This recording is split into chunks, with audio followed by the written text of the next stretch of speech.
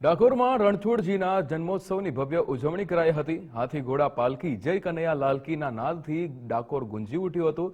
ભક્તો દ્વારા ફટાકડાની ભવ્ય આતિશબાજી કરવામાં આવી હતી। ભક્તોએ કેક, ચોકલેટ સહિતનો પ્રસાદ વહેંચી ઉજવણી કરી હતી। ભગવાન રણછોડજીને અભવ્ય જ રીતે સ્નાન કરવામાં આવ્યું હતું, ત્યારે પરંપરાગત 1.25 લાખનો મુગટ પણ રાજાધિરાજને પહેરાવવામાં આવ્યો હતો। રણછોડજીએ આ ધારણ કર્યો હતો મુગટ। ભગવાનના બાળ સ્વરૂપ અહીંયા જોવા મળ્યા હતા। ગોપાલ લાલજીને સોનાનો પારણે અહીંયા ઝુલાવવામાં આવ્યા હતા।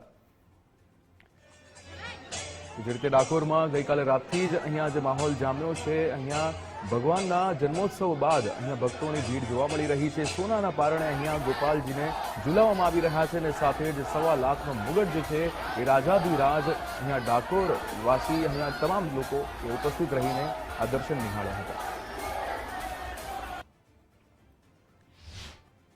યાત્રાધામ ડાકોરમાં જે ક્ષણની ભક્તો આતુરતાથી રાહ જોતા હતા તે ક્ષણ આવી ચૂકી છે।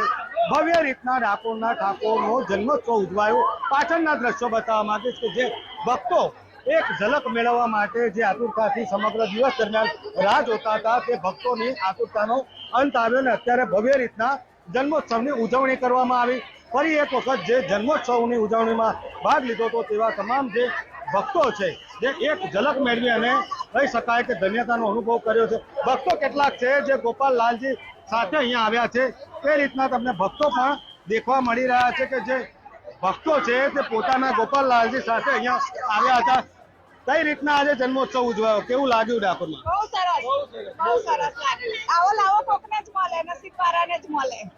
કેવું લાગ્યું તમને ડાકોરમાં આજે?